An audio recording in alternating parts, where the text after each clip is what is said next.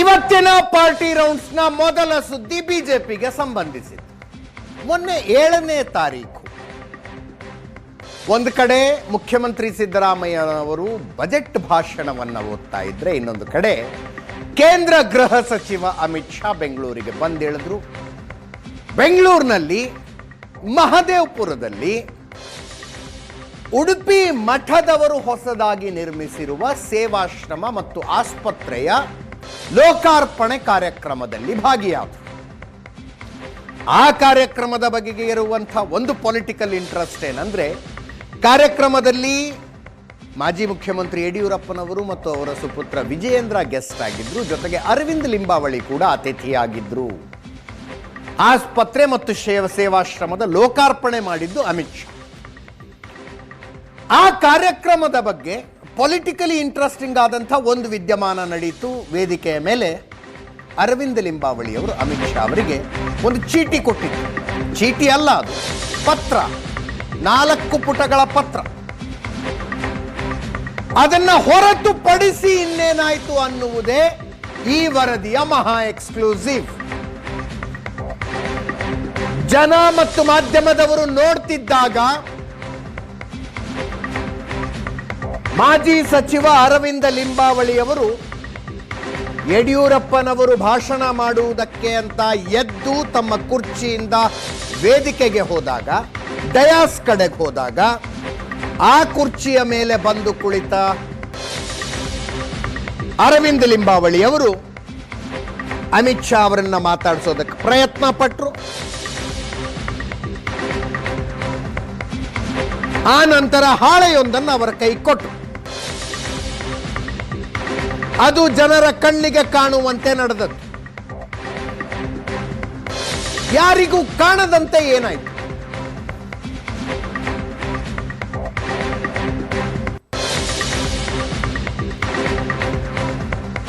ಅದೇ ಈ ವರದಿಯ ಮಹಾ ಎಕ್ಸ್ಕ್ಲೂಸಿವ್.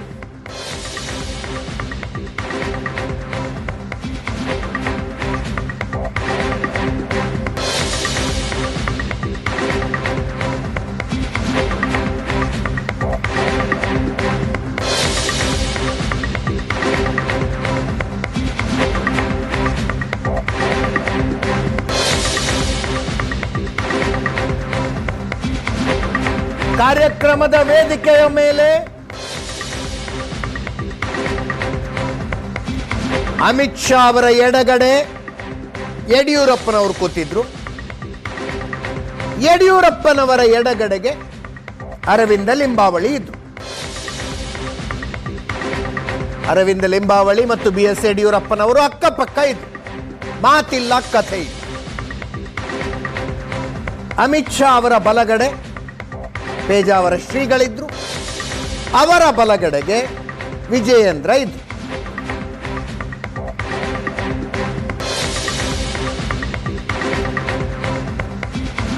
ಯಡಿಯೂರಪ್ಪನವರು ಎದ್ದು ಭಾಷಣ ಮಾಡೋದಕ್ಕೆ ಅಂತ ಡಯಾಸ್ ಕಡೆಗೆ ಹೋದಾಗ ಅವರ ಕುರ್ಚಿಗೆ ಬಂದು ಕುಳಿತ ಅರವಿಂದ ಲಿಂಬಾವಳಿಯವರು ಅಮಿತ್ ಶಾ ಅವರನ್ನ ಮಾತಾಡಿಸೋ ಪ್ರಯತ್ನ ಮಾಡೋದು. ಅಮಿತ್ ಶಾ ಅವರು ದಿಲ್ಲಿಗೆ ಬನ್ನಿ, ಅಲ್ಲೇ ಮಾತಾಡೋಣ ಅಂತ. ಆಗ ಅರವಿಂದ ಲಿಂಬಾವಳಿ 4 ಪುಟಗಳದ್ದೊಂದು ಪತ್ರ ತೆಗೆದು ಅಮಿತ್ ಶಾ ಅವರ ಕೈ ಕೊಟ್ಟರು. ಅಮಿತ್ ಶಾ ಅದನ್ನ ಹಂಗೆ ತಮ್ಮ ಭದ್ರತಾ ಸಿಬ್ಬಂದಿಗೆ ದಾಟಿಸಿದ್ರು. ಫ್ಲೈಟ್ನಲ್ಲಿ ಓದ್ತೀನಿ ಅಂತ ಹೇಳಿದ್ರಂತೆ.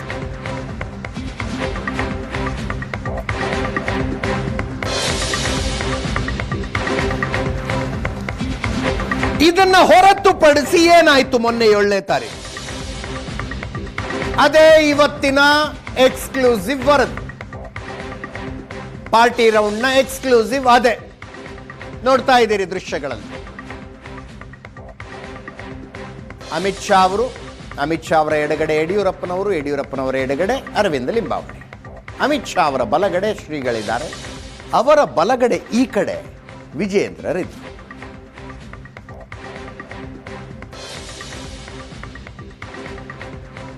ಆಕ್ಚುಲಿ ಈ ಸಂದರ್ಭದಲ್ಲಿ ಈಗ ಸಭೆಯನ್ನುದ್ದೇಶಿಸಿ ಅಮಿತ್ ಶಾ ಅವರು 4 ಮಾತಾಡಬೇಕು ಅಂತ ಆಯೋಜಕರು ಹೇಳಿದ್ರು.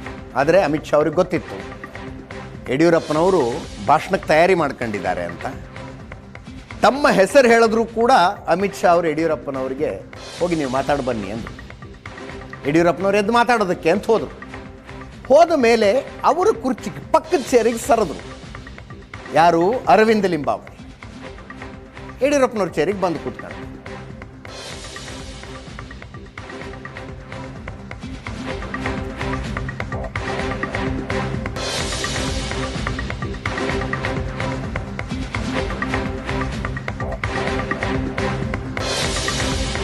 ನೋಡಿ, ಒಟ್ಟಾರೆ ಬಾಡಿ ಲ್ಯಾಂಗ್ವೇಜ್ ಗಮನಿಸಿದ್ರೆ ನಿಮಗೆ ಅರ್ಥ ಆಗ್ತದೆ. ಅಮಿತ್ ಶಾ ಅವರಿಗೆ ಮಾತನಾಡುವ ಇಚ್ಛೆ ಇಲ್ಲ, ಮಾತನಾಡುವ ಮನಸ್ಸಿಲ್ಲ. ಕೇವಲ ಅರವಿಂದ ಲಿಂಬಾವಳಿ ಅವರ ಜೊತೆಗಲ್ಲ, ರಾಜ್ಯದ ಯಾವ ಬಿಜೆಪಿ ಮುಖಂಡರ ಜೊತೆಗೂ ಬಣ ಬಡಿದಾಟ, ಆಂತರಿಕ ರಾಜಕಾರಣದ ವಿಷಯ ಮಾತನಾಡುವ ಮೂಡ್ನಲ್ಲಿ ಅಮಿತ್ ಶಾ ಅವರು ಆವತ್ತು ಇರಲೇ ಇಲ್ಲ. ಅದೇ